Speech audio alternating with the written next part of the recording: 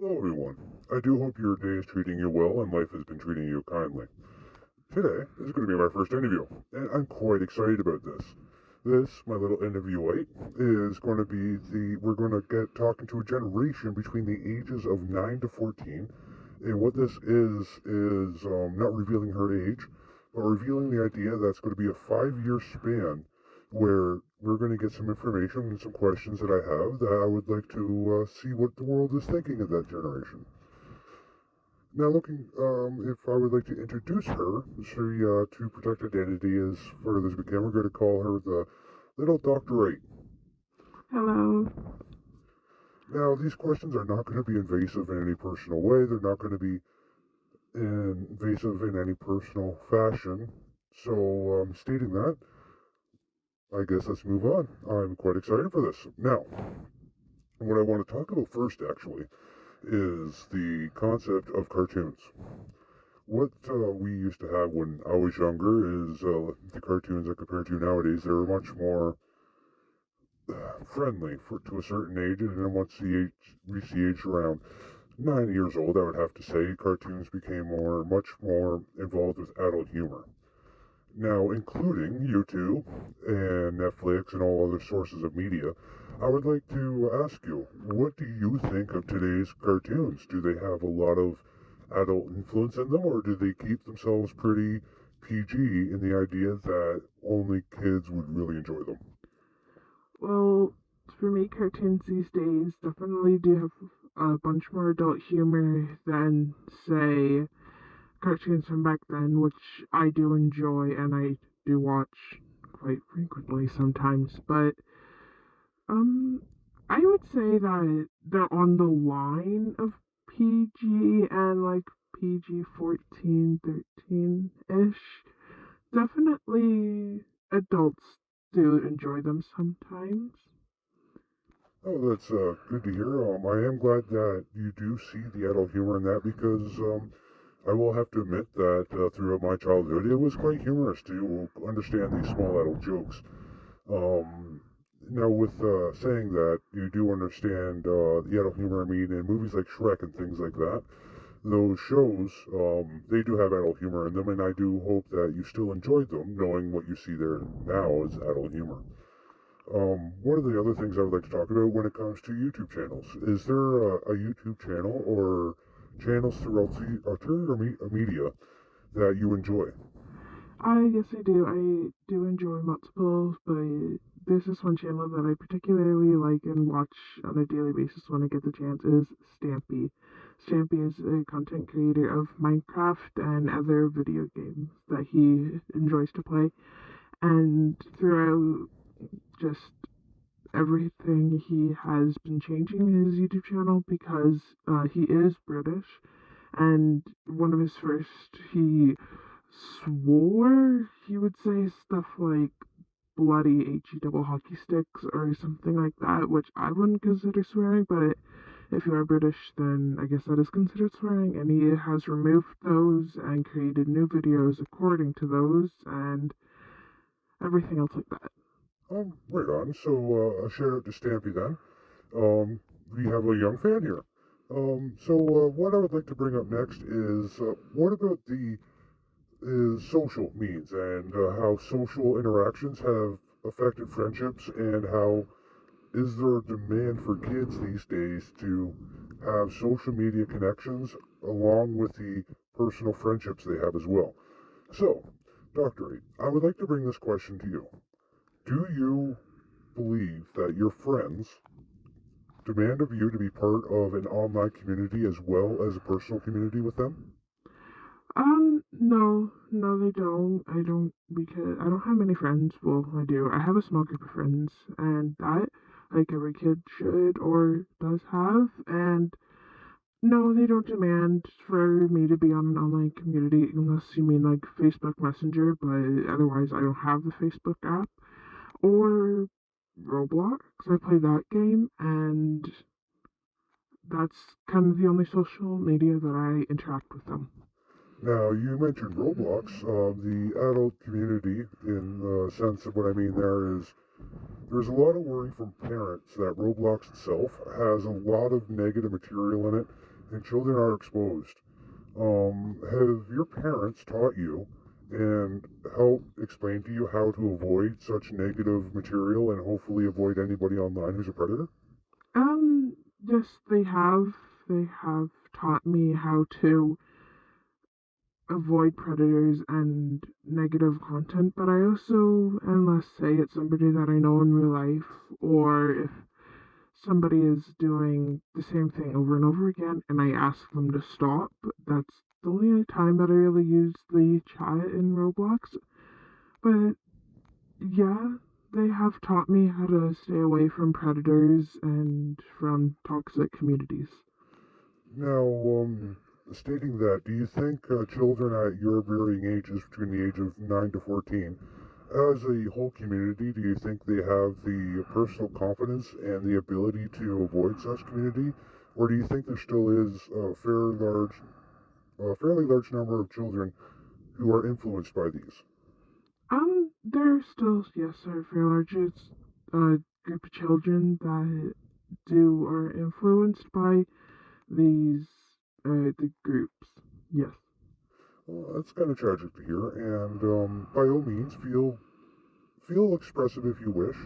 Um, Nobody's going to give you any trouble per se in here. Everything you say is going to be between me, you, and this lovely audience. I will not be relaying any of this information to your parents in a negative fashion. And what I mean by that is, if you have something that you would normally not say, and but it is socially true with your friends, please don't be afraid to admit it because this is an investigation, if you will. I want to investigate the social aspects of children these days and see what's happening and how the internet and social media itself has been changing them. So even if your parents per se had a negative view on something that you see positive, express that so that way we can actually learn to understand how we can talk, communicate, and essentially get to learn the childhood atmosphere again so we know how to protect them without being invasive in their life. And to say that, here's my next question for you. It's much along the same lines. Um, when you're online and you are playing with your friends that you have in your personal life, do you have more confidence talking to them and interacting with them online than you do in your personal life? Um. Well. Uh, hmm. These kinda yes and no. With this one friend that I have, well, I wouldn't say friends. We're kind of like we're best friends. I am comfortable kind of just with her and in time and not really more confident with her online than I am offline. But with the other two friends that I do have that I guess I do I feel much more comfortable online than talking to them than talking to them in person and in social because I'm scared or not scared. I'm not as confident as talking socially to people that I am online because I can hide who I am. Technically, I don't like lie about my gender or anything. I don't tell people my gender or anything. It's just kind of it's a lot more comforting. And I can understand that. You have and that's something that many adults and studies have come forward with, and I wish to explain this a little bit to you. That is a concept that many adults worry about is the false confidence that children get while being online. And what that does is we worry that children will take the idea and the confidence that they have online and the things they can say there without repercussion. And what will happen is they will interact like that in real life. Now, do you maintain the same type of persona online as you do in real life? Are you, say, if you were genuinely, a kind person in real life, would you say you're genuinely a kind person in your digital life? And do you represent the same persona? Absolutely not. No, I don't. I am much more like I'm much more kinder online and than in real life. In real life, I'm more aggressive than I would like. Definitely stronger than I think I am. But and when I say I just like shove a person or something for fun, or like not like bully them for fun. Like don't please don't take this the wrong way. What I'm saying, I mean like say I'm with one of my two friends that I have, and I just like shove them over for fun, one of those kind of things. And then I may have accidentally knocked them over or something when it meant to be really light because definitely I am stronger than I think I am, but online I'm much more kinder, shy, don't talk much kind of thing. But in real life, I'm kind of less, not shy, but just prefer not to talk to people kind of thing. Very interesting. And we have a small guest here. This would be the Matatus. She is a very lovely kitty, and as you can tell, she's a little pushy, so I'm going to have to kind of sort myself here. Bonk her in the head with my nose. So, now to continue on with the video here while I try to deal with this fur baby. Um, Now that we understand a little bit of how you interact socially online and in your real life and how they kind of relate back and forth, would you consider yourself? Well, I guess we've already answered that question, so let's move on. Let's go on to a different topic now. That was just kind of we kind of answered everything I was curious about. What I want to talk about now is schooling and what the world is like what it is like now with the world being so digital. So the first question I would like to bring forward to you is, do you think there's a responsibility on the teachers to teach students about the digital world, or do you believe that responsibility should fall upon the parents? I think that the teachers also should be helping to teach their students about the digital online world because that is the digital online world is what they are teaching us off of, and teachers are now using online more frequently in their classes than, well, in my opinion, they really should. They should be doing other things, and yes, some responsibility should be falling upon the parents of that per se child for teaching them also about online responsibility. That's a very informative answer. You actually gave me a couple points there I'd like to bring up with you that I didn't think of. With the advent of technology and the fact that teachers are bringing the online structure to the school and the classroom, you would think they would have to identify the vulnerabilities of these things. So, when there is a sick child that's brought into a classroom, I do hope that the teachers themselves do note that the child is sick. And what I mean by sick is whether the child has cancer, which is terrible. It is taking the opportunity to identify something new that is in the classroom, but how it has a negative change for not just the child, but for the rest of the classroom, but also the positive changes this brings. This can show children that life is full of great information with the internet.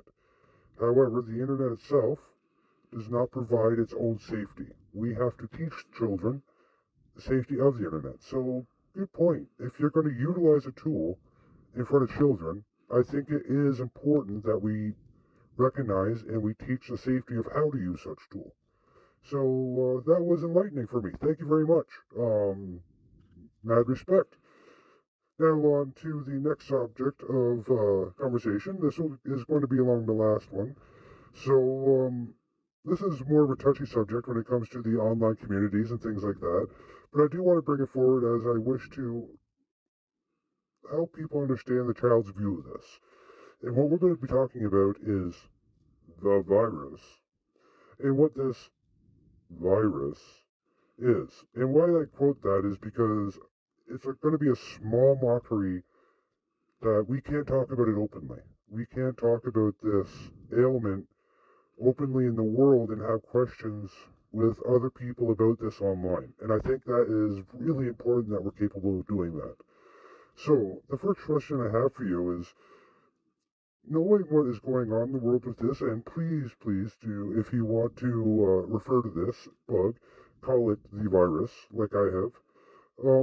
What I want to do is ask you, what do you think the education system should bring forward a greater amount of education of what's going on in the world, or has the education system helped you keep up to date?